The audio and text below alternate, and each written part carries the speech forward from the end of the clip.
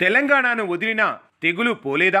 సైలెంట్గా ఉంటాడు కనుక చంద్రబాబు అంటే అందరికీ లోకువే అని చెప్పాలి.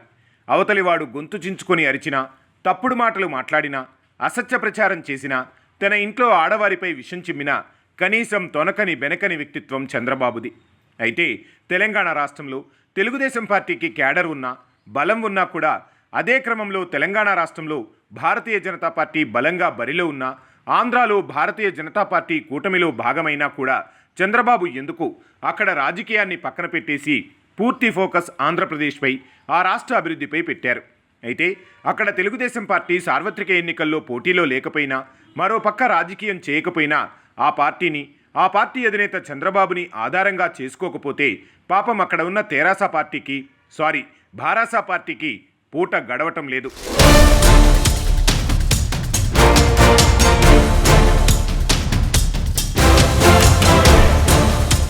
అసలు అక్కడ ఏం జరిగినా దానికి చంద్రబాబే కారణమంటూ ఏడుస్తున్న ఏడుపులు ఏవైతే ఉన్నాయో అసలు తెలంగాణ ప్రజలు కూడా హర్షించరు. ఎందుకంటే తాజాగా జరిగిన సంఘటనలే దానికి ఉదాహరణ.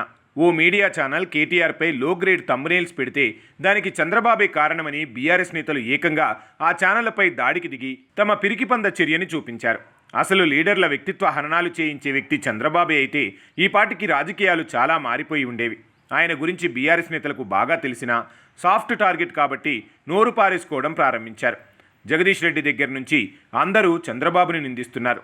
ఇది ఎక్కడి వరకు వెళ్ళిందంటే చివరకు తెలంగాణ బీజేపీ తమ అధ్యక్షుడిగా రామచంద్రరావుని నియమించుకుంటే ఆయన చంద్రబాబు సన్నిహితులని ప్రచారం చేసేంతగా అక్కడ బారాస పార్టీ వాళ్ళు చంద్రబాబుని అంతలా కలవరిస్తున్నారు. మరి అయితే ఇక్కడ ఒక విషయం మాత్రం సుస్పష్టం.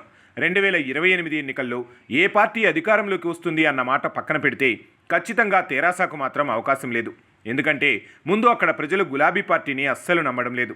అదీకాక వినిపిస్తున్న సమాచారం ప్రకారం ఈసారి తెలంగాణలో రంగంలో దిగనున్నాయి కూటమి పార్టీలు. అదే జరిగితే ఈసారి బారాస సింగిల్ డిజిట్కి పరిమితమైన ఆశ్చర్యపోవాల్సిన పని లేదు. మొత్తంగా చూసుకుంటే తెలంగాణ ఏర్పడి 11 ఏళ్ళు అవుతున్నా టీడీపీ పార్టీ తెలంగాణలో రాజకీయాలను వదిలినా తెలంగాణ రాష్ట్ర సమితికి మాత్రం తెగులు పోలేదనే చెప్పాలి.